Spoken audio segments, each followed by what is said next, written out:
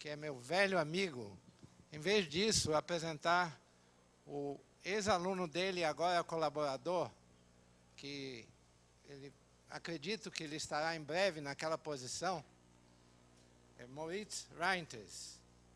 Ele fez o bacharelado em Física, e depois, em 2005, na Universidade de Cape Town. Depois ele obteve o diploma em Matemática e depois o doutorado em Matemática na Universidade de Califórnia, em Davis, em 2011. Depois ele teve uma sequência distinguida de pós-doutorados no Instituto Max Planck, na Universidade de Michigan, e agora temos o prazer de tê-lo aqui. It's my pleasure to introduce, instead of my old friend Blake Temple, to introduce the new generation, Dr. Moritz Reinters, former student of Professor Blake Temple, and now a colleague.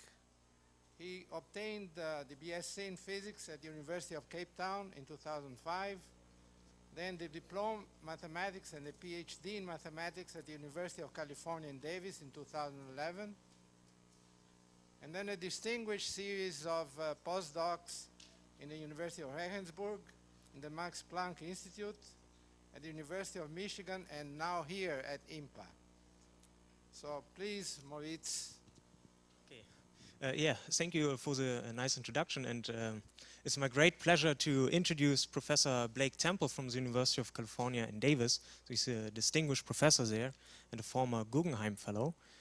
And he's, amongst other things, he's known for his pioneering work in the theory of shock waves in general relativity in collaboration with Joel Smoller from the University of Michigan. And well, in this subject, in this talk, applied mathematics versus dark energy, they, in some sense, they defend Einstein's theory of relativity. And how do they do that? They propose a mechanism, or they identify a mechanism for the anomalous acceleration of galaxies within Einstein's original theory of relativity, without using the cosmological constant or dark energy. So he will explain that in more detail later on. Maybe one more thing. So ST Yao recently invited them to write a survey of this research, and I think it was just published 2 or 3 days ago. So if you prefer reading articles over talks, then you also have this option now. I think it's a centennial in honor of Einstein's theory. And yeah, and he gave already many talks about the subject, this brand new subject. For example, at the ETH in Zurich, a colloquium talk, and a talk in Berkeley. And I'm very happy that he gives a talk here to us at IMPA. So, thank you.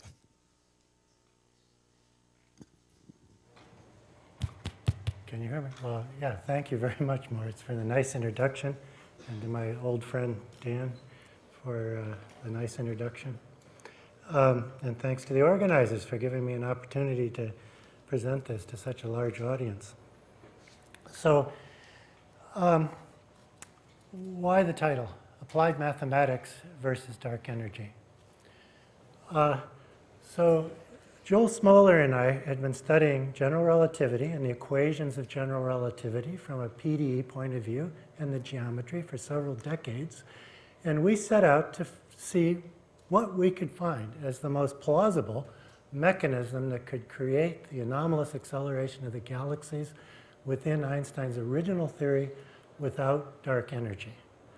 Now, this theory, which I'm going to present to you, is very controversial in physics. It's definitely not the accepted theory of the anomalous acceleration of the galaxies. Joel and I'll speak for Joel, we think it's probably the most plausible explanation out there, but that's totally debatable and not accepted. It's controversial, but the mathematics is not at all controversial. The mathematics is on solid ground, so keep that in mind. Let me just say in words, and then I'll start the talk. What's the story? Well, 100 years ago, early 1915, Albert Einstein introduced his field equations of general relativity, which are written they have 4 symbols in them. G equals a constant times T.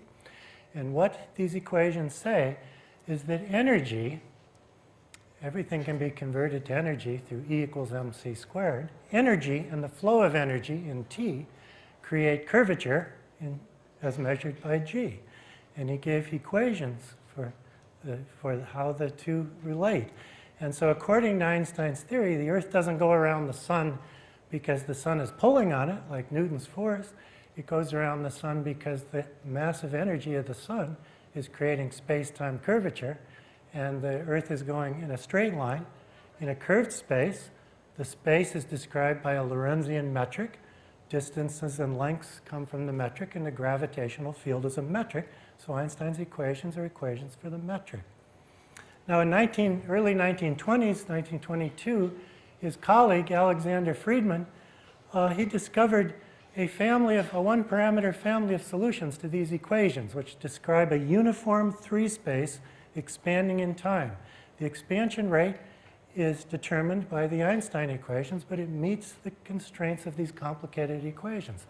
The three-space has a constant curvature, and it expands in time at a certain rate. So in the late 20s, Lemaitre and Hubble, working together, they formulated, Hubble's law showed the galaxies are expanding. The universe isn't static. And so they worked out a theory based on this Lemaitre space-time analysis and the Friedmann metric, which described a uniformly expanding space, and they could get the Hubble law out of this relation. Now, in the late 90s, experiments of redshift versus luminosity based on faraway supernovas and nearby galaxies showed that the redshift versus luminosity doesn't fit the data of the Friedmann spacetime. The universe is expanding faster than these Friedmann spacetimes allow. So the standard theory since about 2000 has been to put a cosmological constant, change Einstein's equations, put an extra constant in which anti-gravitates, is interpreted as an energy that is constant in time and anti-gravitational. That's dark energy. And 70% of the mass of the universe, the energy of the universe, has to be dark energy to get the expansion rate right. Well, this cosmological constant was introduced by Albert Einstein shortly after his field equations because he thought there was a static universe of galaxies and you needed anti-gravity to hold the galaxies up, so he put in this term. And he's quoted in the early 30s as having taken back the cosmological constant, declaring it was the greatest blunder of his career because he could have predicted the expansion of the universe if he didn't put it in. But now it's back in. 70% of the energy density is there. And one famous physicist is quoted as saying that Einstein's greatest blunder was his statement that his greatest blunder was putting in the cosmological constant. Okay, so that's the background. Now, here's the talk. So let me show you what we have. What did we come up with as what we think is the most natural, simplest explanation for the anomalous acceleration? It might not be right, but the mathematics is right, and I'm going to show it to you. You be the judge. So what we show is that when the universe was filled with radiation, there are simple wave perturbations of the standard of the Friedmann spacetime, only one parameter family of them. The only way the Einstein equations can reduce to ODEs and also perturb a Friedmann spacetime is by one of these waves. The pressure is enormous, so you expect to get decay to simple wave patterns near a center of spherical symmetry, center of fluctuation. You expect to get decay to spherically symmetric configurations, and you would expect the center to solve an ODE, because if it solved a PDE, the equations would have waves interacting, and you'd expect to get further decay.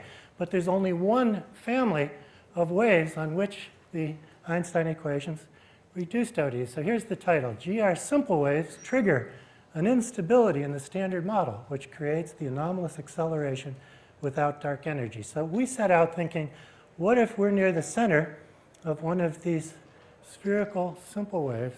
What would happen when the pressure drops to zero? Could that explain the anomalous acceleration? We've been working on this for quite a while, and I think to us the answer is really quite surprising.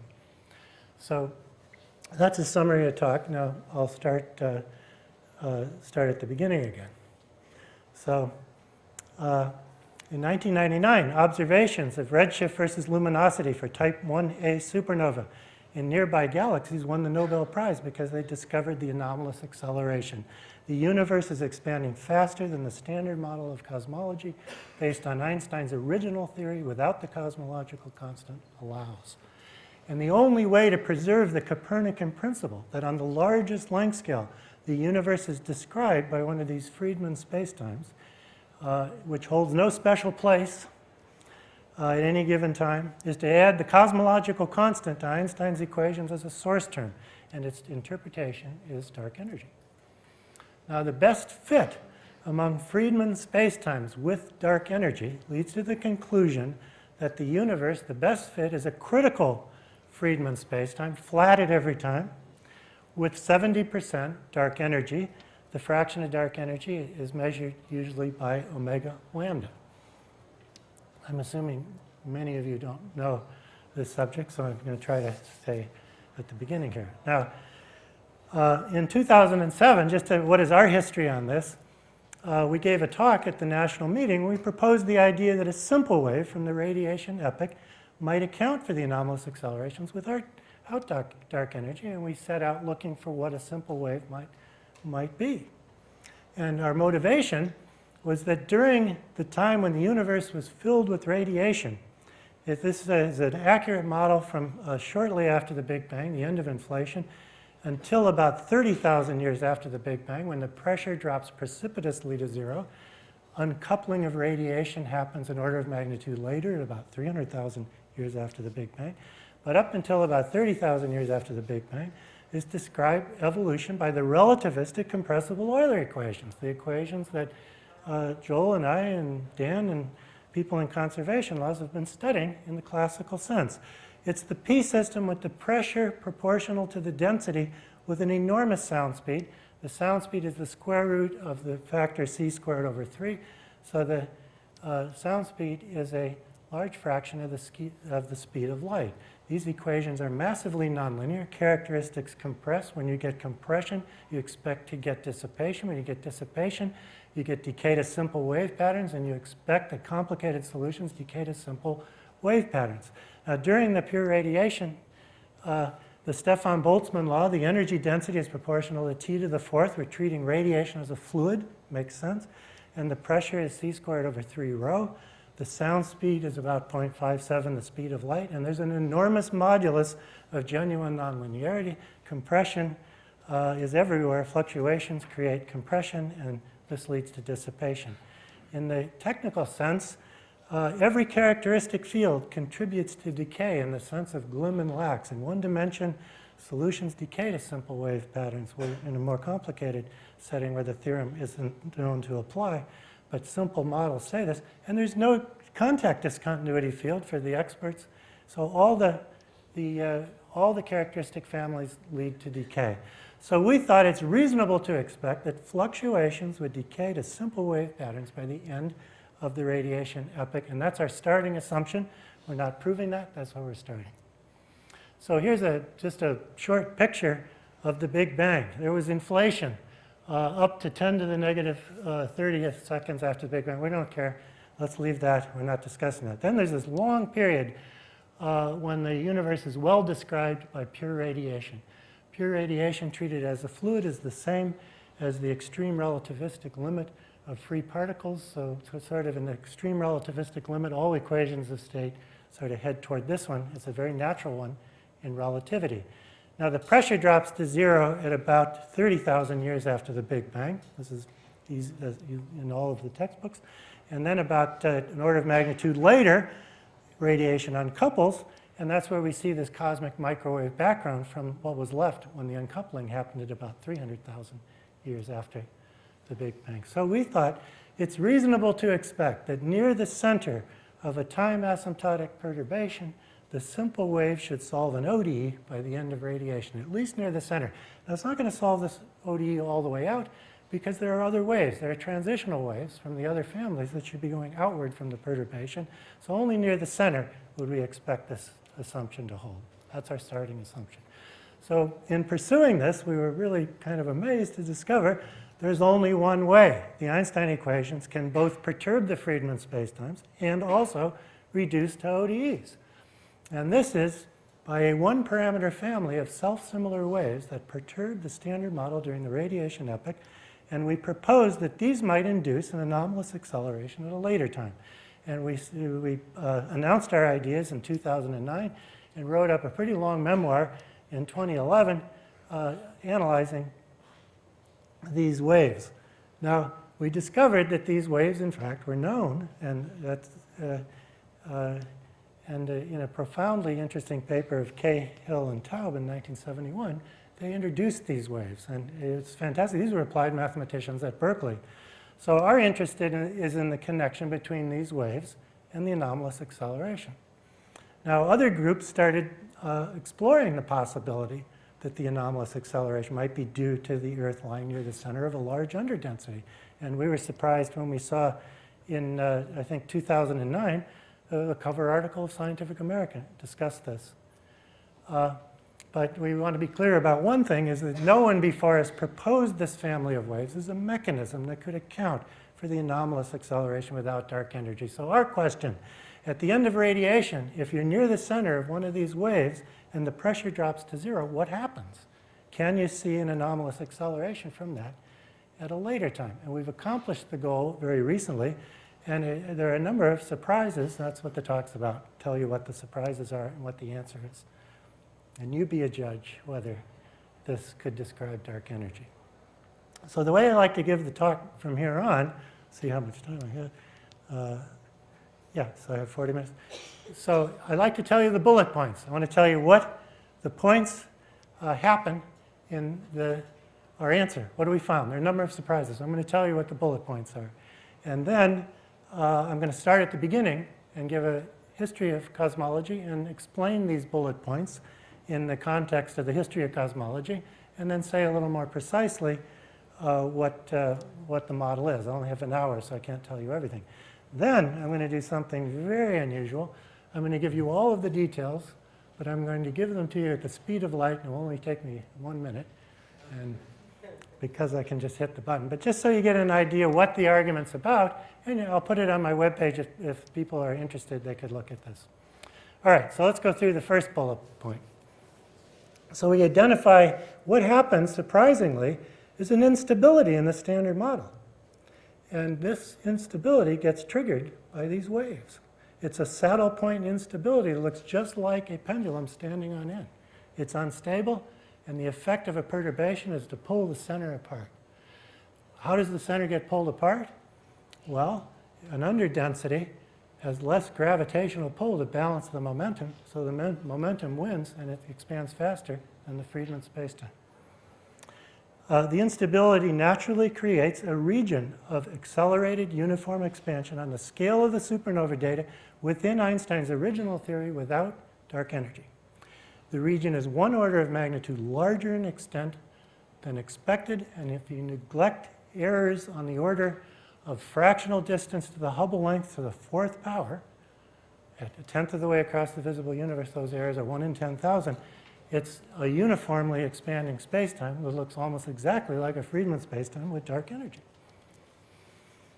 Now, the instability is triggered by our time asymptotic perturbations of the standard model at the end of the radiation epoch. And surprisingly, the perturbations at the end of radiation don't cause directly the anomalous acceleration. It's the phase portrait of the instability they create that creates the phase portrait and gives you the anomalous acceleration. Okay, so these are the bullet points. The phase portrait is going to look like this. Ignoring errors on the order of c to the 4th, fractional distance to the distance light has traveled since the Big Bang to the 4th power, the phase portrait looks like this. It's canonical. The standard model is a saddle rest point. There's a stable rest point and an unstable rest point. There's a stable manifold and an unstable manifold. There's a nearby stable rest point, corresponds to Minkowski space. The red dotted line is the initial data from the end of radiation projected into this plane. Density, dimensionless density, well, I'm going to tell you what this is on one axis, velocity on the other axis. A small perturbation of the standard model along the ways puts it between an underdensity between the stable and unstable manifold. The solution heads along that orbit into the rest point M. And now the surprising thing is, so there it is. The surprising thing is that while it moves along that orbit, this central region of uniform expansion, ignoring those c to the fourth theories, creates all of the same accelerations that dark energy does from the end of radiation up to present time. Exactly the same accelerations. The age of the universe is almost exactly the same. Everything looks exactly the same as dark energy, but it's being created without putting another term in. So continue. I'm going to put more detail in a minute. If you move along this orbit, if you pick the wave at the end of radiation, which has the property that at present time we're seeing the Hubble constant and the same quadratic correction to redshift versus luminosity, which is equivalent to the measurement of the anomalous acceleration, then it places us very near the stable rest point, which is Minkowski space. It's flat. The universe is getting flatter and flatter, and this uniform center is getting bigger and bigger. So it's another mechanism that creates flatness out of non-flatness automatically. The center becomes flat from these perturbations. Now, so what do I mean? The region of accelerated uniform expansion introduces precisely the same range of quadratic corrections to redshift versus luminosity as does the cosmological constant in the theory of dark energy. So here's what we're going to discuss. Redshift versus luminosity. The universe is expanding. Faraway galaxies are moving away faster than nearby galaxies. The recessional rate is measured by the redshift, z, and the distance is measured by luminosity distance, dl, and the relation is that the Hubble constant times the distance is z plus a quadratic correction plus a cubic correction. And the anomalous acceleration is able essentially to measure q. It's not accurate enough to actually measure the cubic correction. All right, so during the evolution along this orbit, q goes from 0.25. Its present value is 0.425, the same as dark energy with 70% dark energy. That model it creates 0.425 in the quadratic correction. And it time asymptotes out to 0.5. That's what dark energy does. So it's kind of, these numbers come out of the analysis. If it went from 0.25 to 0.4, the theory wouldn't work. It goes to 0.5. It mimics dark energy. So the results lead naturally to a testable alternative to dark energy within Einstein's original theory. It might be wrong, but it's testable. And it doesn't require the cosmological constant. So here's the proposal. The anomalous acceleration is due to a local, underdense perturbation of the standard model on the scale of the supernova data, arising from time asymptotic perturbations of the standard model from the radiation epoch that trigger an instability in the standard model when the pressure drops to zero. Okay, now the third order correction is a discrepancy between the theory of dark energy and the theory of the wave theory.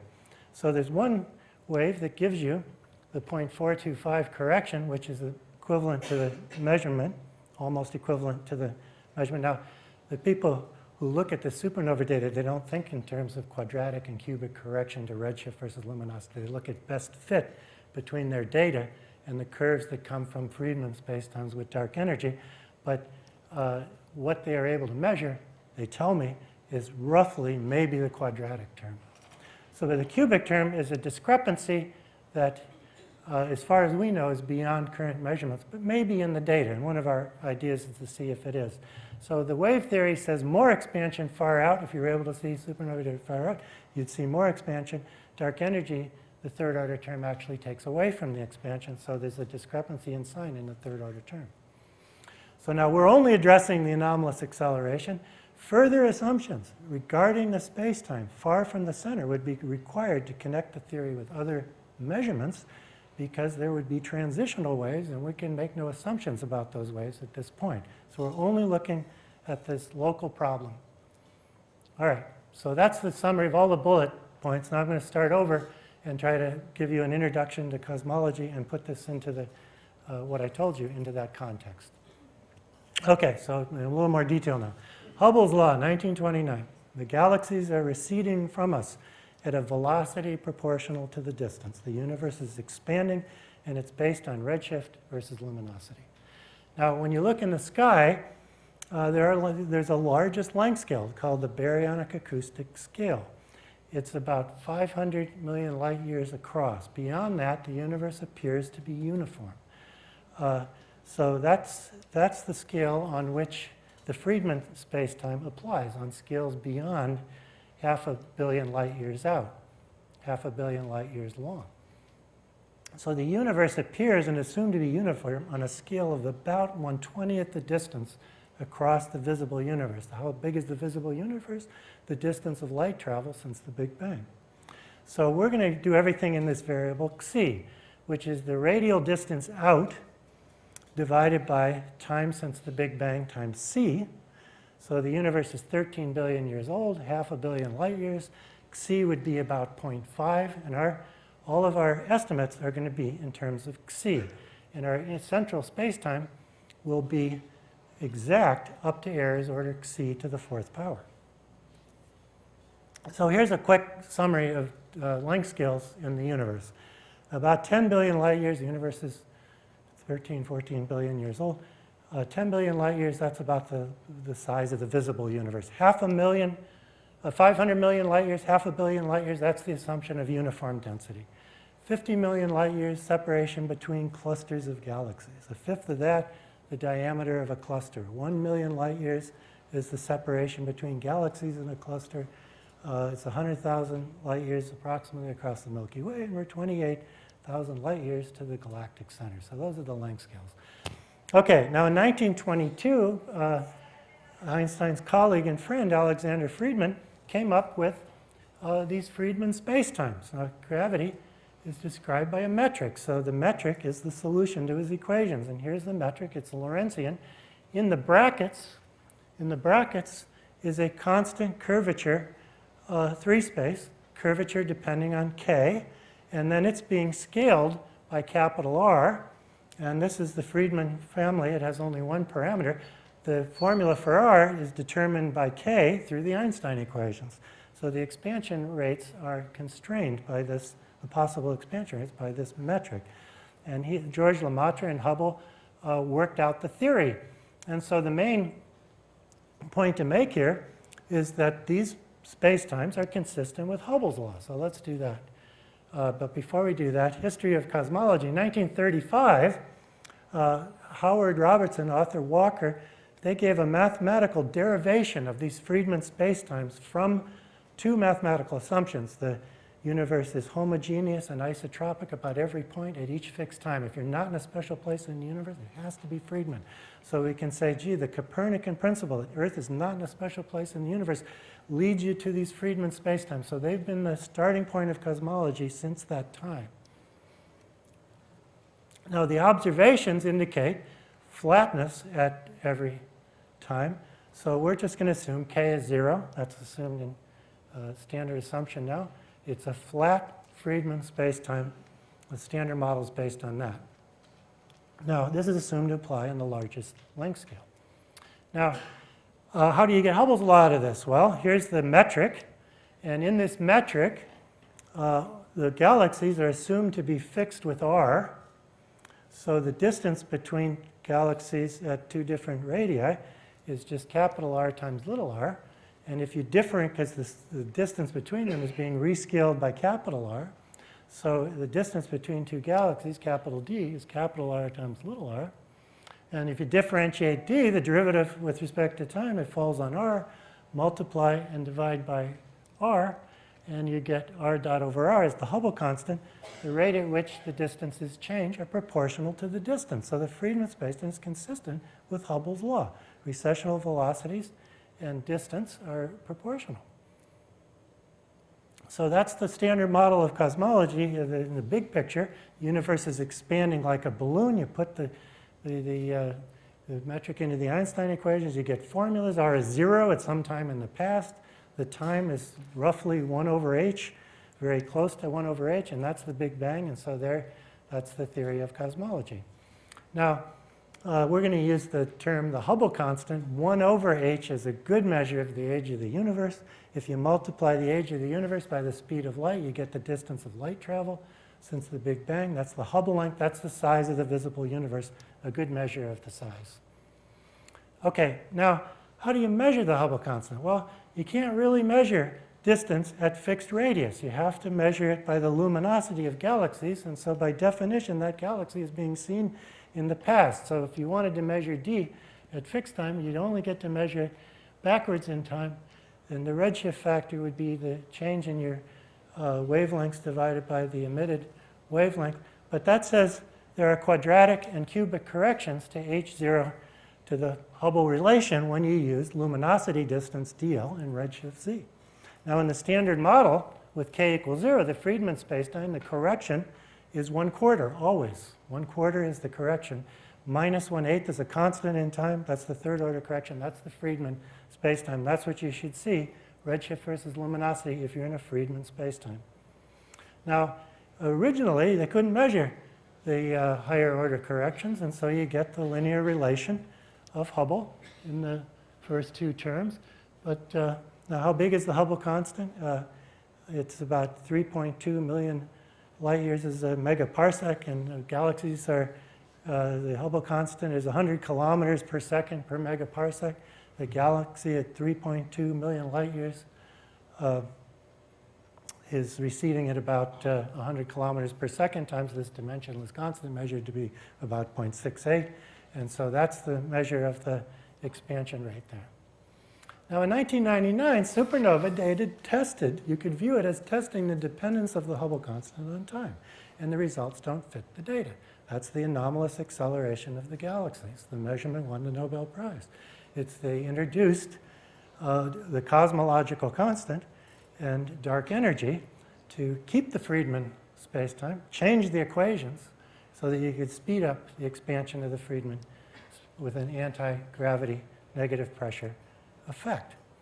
So instead of measuring what they measured at 70% dark energy, we're comparing the wave model to their best fit model, not to their data, is according to that is 0.425, not 0.25. So it's too big. It doesn't fit the Friedmann spacetime.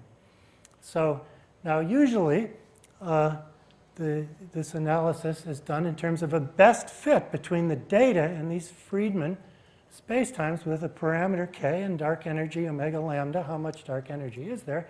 And if you do the supernova data, this is a plot that we got from Phil Hughes in the astronomy department, who answers all our questions. He's been very friendly. We email him, I ask him a question, and he always sends a great answer, and he sent us these pictures for our talks. And so here is, we're trying to get a best fit to the redshift versus luminosity. And you try the standard model. It's not the best fit. K equals 0 with 70% dark energy is the best fit.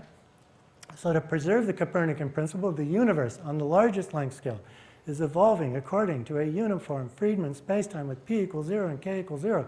A cosmological constant must be added to the Einstein equations, and its physical interpretation is dark energy, and it has not essentially been measured by any other experiment except maybe by indirect evidence. So there it is, the best fit, 30% classical energy at present time, 70% dark energy. Okay, so let's see mathematically, how does that work? All right, so a little more detail now. The Einstein equations, it's the 100-year anniversary of these equations. There they are, G equals kappa T, the curvature of spacetime is proportional by a universal constant to the energy and the flow of energy, the stress energy tensor. For a perfect fluid or for pure radiation, you can write down a form of that stress tensor. You plug the Friedmann spacetime with k equals 0 into those equations, and you play around and out pop two equations. H squared equals kappa over 3 rho. Rho dot is minus 3 rho plus ph. And if you solve the first equation for h and put it into the second equation, you can solve for rho exactly as long as you know how p depends on rho. So if you give the equation of state, you get a solution to the Friedmann spacetime. It depends on the equation of state. Now what happens when you put in dark energy? Well, with dark energy, we add this term, lambda gij to the t. Lambda is a constant, doesn't change in time. Dark energy doesn't change in time like regular energy density, it stays fixed. So you plug the Friedmann metric into the Einstein equations and you get the same two equations, except kappa over 3 lambda is an extra term in the h squared equation. But you solve for h, put it in the second equation, and you can solve for the density, and that creates the expansion rate. And the best fit to the data is 70% dark energy, 30% regular matter. So let's do this more slowly so you get the picture here. Here it is. There it is. The equation, h, the Hubble constant squared, is kappa over 3 times the regular energy density plus kappa over 3 times the cosmological constant. The constant doesn't change. It's fixed in time. But the density, well, it's decreasing because everything's spreading out. If you divide by h squared, both sides, you get 1 is equal to kappa over 3 rho h squared plus kappa over 3 lambda divided by h squared. That's omega lambda. That's omega matter. The sum is 1. And the conclusion then is omega lambda starts out 0 at the end of radiation because it's almost all matter and no dark energy. And as t goes from the time of radiation out to infinity, eventually the density drops below lambda and it's all dark energy, and pretty soon it's all dark energy, and we're in a place where it's 70% dark energy. That's the best fit. Flat space, we're at the time when it's 70% dark energy. You look at the data, that's the best fit, redshift versus luminosity, 30% matter, 70% dark energy. You pull up the NASA webpage. This is not their current webpage, but I didn't have time to change the slide. But here it is, composition of the universe, down at the bottom, 70% dark energy. So that's it. Our question, could the anomalous acceleration of the galaxies be due to the fact that we are looking outward into an expansion wave that formed during the radiation epoch of the Big Bang? The Einstein equations have been confirmed without the cosmological constant in every setting except cosmology. But a general expansion wave has a center, so on the largest scale, the cosmological principle has to be violated. All right, so now that's the context. Now, what did we find? So here it is, summary of our results for the wave theory. There's the Hubble constant, the Hubble relation. But what's the quadratic correction? It gets fitted in 1999, quadratic correction. Now, if you put in dark energy, and the Friedmann spacetime has 0.25 as its quadratic correction. But the Friedmann spacetime with dark energy, 70%, has 0.425 in the quadratic correction. So you can view this as the anomalous acceleration that they're measuring. And that's about the level of what they're measuring. Now, a small wave perturbation at the end of radiation will expand to create a large region of accelerated expansion at the center wave. We show the Friedmann spacetime is unstable, and it induces exactly the same range of quadratic corrections to redshift versus luminosity as does dark energy. And the self-similar perturbations that we identified at the end of radiation precisely trigger this instability. Yeah, with exactly the same range of Qs. So here's what happens in dark energy. If I write down redshift versus luminosity in the first line, then depending on omega lambda, I get a formula for the coefficient of z squared. And if you just plug in omega lambda equals 0 to omega lambda equals 1, you see Q goes from 0.25 to 0.5. And at 70% dark energy, you plug into that formula, you get 0.425. Now, what happens in our wave model, which I'm going to tell you more about, we find that these perturbations, when the pressure drops to 0, evolve according to that ODE, neglecting these c to the fourth errors, and we get a formula for Q as a function of z2 and omega 0. And you just plug it in, Q goes from 0.25 to 0.5, exactly the same as dark energy. Why? And the underdensity that creates 0.425 is not so great. It says that the underdensity is only like on the order of 10 to the negative 6th. That small underdensity expands to create this large expansion. The standard model is highly unstable. And here's the wave theory gives a third-order correction beyond measurements, we're told. Dark energy gives a negative third-order correction. Okay. Now, so a little more detail. What are these self-similar solutions at the end of radiation? What do they look like? Well, it turns out that the Friedmann spacetime can be expressed as in coordinates where the components of the metric only depend on c, which is r over ct. And the density, z, which is rho r squared, a dimensionless density and a dimensionless velocity, they both only depend on r over t. And you can write the k equals 0 Friedmann spacetime in self-similar variables when p is sigma squared rho. And there's a self-similar formulation of the Friedmann spacetime when p is 0 also. They're different formulas. And if you expand them about the center, these expansions only involve even powers of c. That's because they have to be smooth, and the odd powers can't be there if it's smooth. And I have a lot more to say about that. I probably won't get to it. Now, the times are different, so the self-similar variable is actually different. But here are the self-similar expression of the variables during radiation, expanded near the center. V includes odd powers because W is V over C, contains the even powers. But now the Friedmann spacetimes extend to a one-parameter family of perturbations of the Friedmann metric that also depend only on C and reduce to an ODE. But the p equals 0 Friedmann universes don't. They only admit the standard model as a self-similar representation. So when the pressure drops to 0, what happens to these self-similar waves? Something has to give.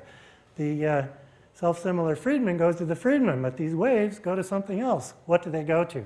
And that's what we've been struggling with, and that's the answer we now have. So the perturbations, if you expand them, contain this acceleration parameter A. All of these are self-similar perturbations of the standard model that are exact solutions during the radiation epoch. A equals 1 is the standard model. If A is slightly less than 1, you have a slight underdensity in a spherical configuration that solves an ODE. In fact, once the solution gets into that configuration, it can never get out because it solves the equations exactly. There's no more interaction. There are non-interacting waves in the theory of conservation laws. So when p is 0, we ask, let's write the perturbations of the standard model in terms of the density and the velocity. And we call these perturbations at the even powers of c. We give them names, z2, z4, w0, w2. Those are the perturbations. C is fractional distance to the Hubble length. It's the perfect variable you want if you want to make physical sense of this. Z is rho r squared. W is v over c, the dimensionless velocity. Only even powers of c are there. Now, what's great about this ansatz? This is what kind of amazed us. Let's look at this ansatz. If you ignore c to the fourth, errors that are 1 over 10,000, a tenth of the way across the visible universe, and look at the first term, you know that z is rho r squared. So that means that rho is z over r squared, but there's a c squared there. The r's cancel out, and rho is a function of t. Rho is a uniform function of t in these spacetimes all the way out to c to the fourth areas. It's looking like a Friedmann spacetime. It depends only on t. And in fact, it almost is a uniform spacetime. Now, as it evolves, z2 tends to minus 4/3. So what happens is the density drops faster than in the standard model, and that's the anomalous acceleration. Okay, so we take this ansatz and we plug it into the Einstein equations, and we see what comes out. So after some work, well, first of all, you have to express the Einstein equations in these new coordinates where you're using arc length distance at fixed time. It doesn't work in Lemaitre, Tolman, Bondi coordinates that other people were using for the experts. It only works here. And so you have to find these equations. They have to be outward going so you don't get singularities at the center. You find these equations, you plug it in, and here's this beautiful system. Everything on the right-hand side is autonomous. There's only t times the variables on the left-hand side. It's like this dimensionless, beautiful system of 4 equations. And the first two uncouple, forming this system. And q goes to between 0.25 to 0.5 as the orbit evolves to a new stable rest time. So the phase portrait of that ODE is describing what's happened out to errors c to the fourth. Now q looks like this. And you get a formula for what the quadratic correction is, so you have to work on that. I'm not going to go through that, but you just check in the Q does the right thing. It goes between the two values as along the orbit. And now you look for the wave that creates 0.425 in the quadratic correction, and you get the third order correction. And now you have the first two terms agree with dark energy, and the last one is a discrepancy. So the phase portrait of that 2x2 system is the one I put up there. The standard model is an unstable saddle rest point. It's unstable. The standard model doesn't want to stay uniform. It wants to pull apart at the center. And it pulls apart just like a pendulum wants to fall. And when it's an underdensity, it heads toward a stable rest point, and that orbit describes this uniform constant density solution, because out to c to the fourth, the density only depends on the time in these variables. Lucky to use these variables. C is a fantastic variable. It just kind of pulls apart what's happening. So now our strategy, see, how much time I have? 10 minutes. Okay, 10 minutes. I'll finish in 10 minutes.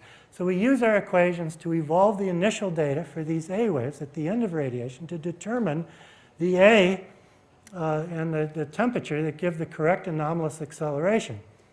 The temperature drops to 0 at about 9,000 degrees, but what turns out to be true by our simulations is it's totally independent of when you start. It's totally independent of the temperature or the starting time or the corrections going between time and temperature. It only depends on the acceleration parameter. Numerically, you see this. They're completely negligible errors. So we only have to compute the Hubble constant at a future time given initial data that depends on A. And then we look for which A gives us that Hubble constant at the correct quadratic correction to redshift versus luminosity. And then we get our cubic prediction because there are no more free parameters. So here's the answer. You get the 0.425 of dark energy when A is very close to 1. It's a slight underdensity. There I said H. And the underdensity is about 10 to the negative 6. That's the underdensity at the center created by this wave. So here's the picture again. At that value of A, the red curve is the one parameter family of initial data from these self-similar waves at the end of radiation. And the phase portrait is the instability they trigger when the pressure drops to 0, sending the orbit from the standard model to Minkowski space, a stable rest point, where everything is getting more and more looking like a uniformly expanding constant density space-time that's not co-moving and is actually moving outward faster than the standard model. It's quite unstable. Relative underdensity at the end of radiation is only 10 to the negative 6. That creates a 7-fold underdensity at present time. Standard model is unstable. An underdensity of 1 part in 10 to the 6 at the end of radiation produces a 7-fold underdensity at present time. So the standard model is unstable. The instability creates an accelerated universe that almost mimics dark energy. It almost looks like dark energy is a best fit to this wave model from our point of view. So now I don't have much time. If you neglect the c to the fourth errors, the spacetime near the center is very center independent. It's almost like a Friedmann spacetime. There are errors. The errors involved in how far you are from the final rest point, and so I won't say any more about that, but it's pretty much uniform. And so it says if you neglect these terms, you pretty much get the accelerated dark energy. Okay. Why does it accelerate? Because as it tends to the rest point, you pick up a 1 over t cubed instead of a 1 over t squared in the density of this constant density expansion. So it's heading toward flat Minkowski space faster than the standard model. So there's a unique A that gives you the right Hubble constant and the right anomalous acceleration, quadratic correction. The time, and the time is related, is 95.95. The times, the age of the universe agrees to 0.95 in the two models. So in 2007, other research groups began exploring the possibility that the universe might be, the anomalous acceleration might be due to an underdensity. They're in different coordinates. This method doesn't work. You can't expand about the center. It's still taken seriously. Here's an astrophysicist who wrote the disagreement between the Hubble Key Project and supernova experiments of the Hubble constant. and that obtained from the Planck data could be an indication that we live in an underdense region whose size and magnitude would be difficult to reconcile with the standard lambda CDM model. Now, I'm going to give you the details of the analysis, okay? You ready? Here they are. 4 main steps. New formulation of the equations. We have to formulate the equations. See, we put them all in, and we get dimensionless variables. And then, continuing along, finally, we get the equations. And now we look for the ansatz for the equations. Then, here's the ansatz. They're only even powers, but there's a gauge condition. And there are the equations, and we plug them in, and here it goes, and there's the array, and then we continue, and there's a phase portrait. And now, there's part 3. What about the initial data? The initial data, we have to get formulas. It's technical. You have to go through all these formulas, get all this stuff. And there we are. Here's the A, and there's the time, and it keeps going. And now, what about redshift versus luminosity? You have to get the formulas. They're pretty complicated. Here's the formula for E3. It has to account for all of the nonlinear corrections. It takes all those constants to get the cubic correction. But we got it right because it tests on the standard model. So we got that right. And then here's the picture, and we continue along, and then it's at the center. It looks like it's uniform, and I'm almost done here. Here are the details, finishing them up. It's a flat, uniformly expanding space near the center, and you can read this. And now, conclusions, okay? Our proposal, the anomalous acceleration, is due to a local underdensity on the scale of the supernova data created by a self-similar wave from the radiation epoch that triggers an instability in the standard model when the pressure drops to 0. We've made no assumptions regarding the space-time far from the center of the perturbation. These self-similar waves shouldn't apply because there should be secondary waves in the time asymptotic wave patterns that evolve. So it only applies near the center. The consistency of the model with other observations require additional assumptions far from the center.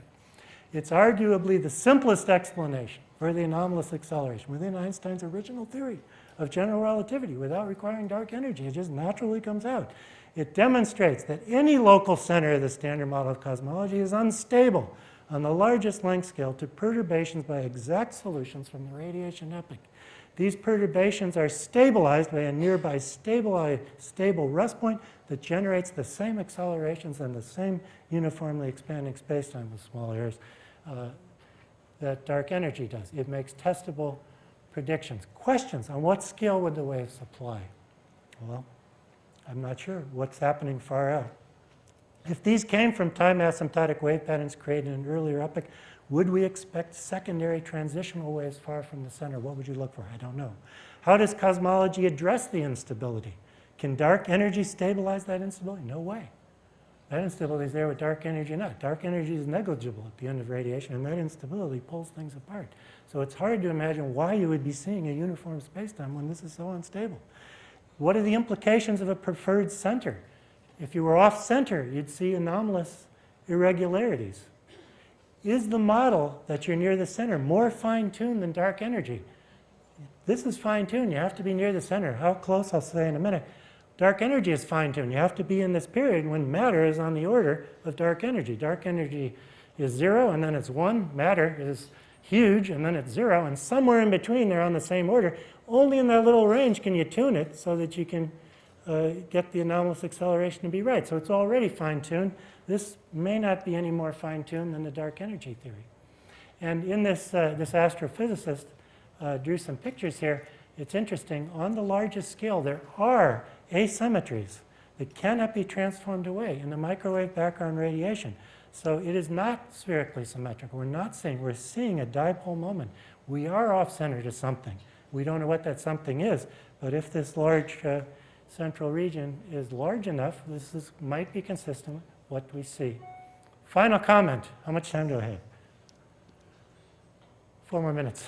Perfect.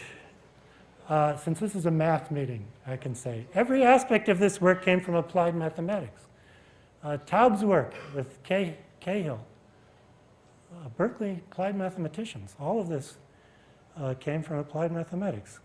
Whatever its implication to physics, it stands on its own as a self-contained model of applied mathematics and makes a prediction. It can be tested. So here's Arnauld. We love Arnauld. Paris, 1997. Mathematics is part of physics. the part of physics where experiments are cheap. We didn't have to do any experiments. We're mathematicians. Okay, thank you very much.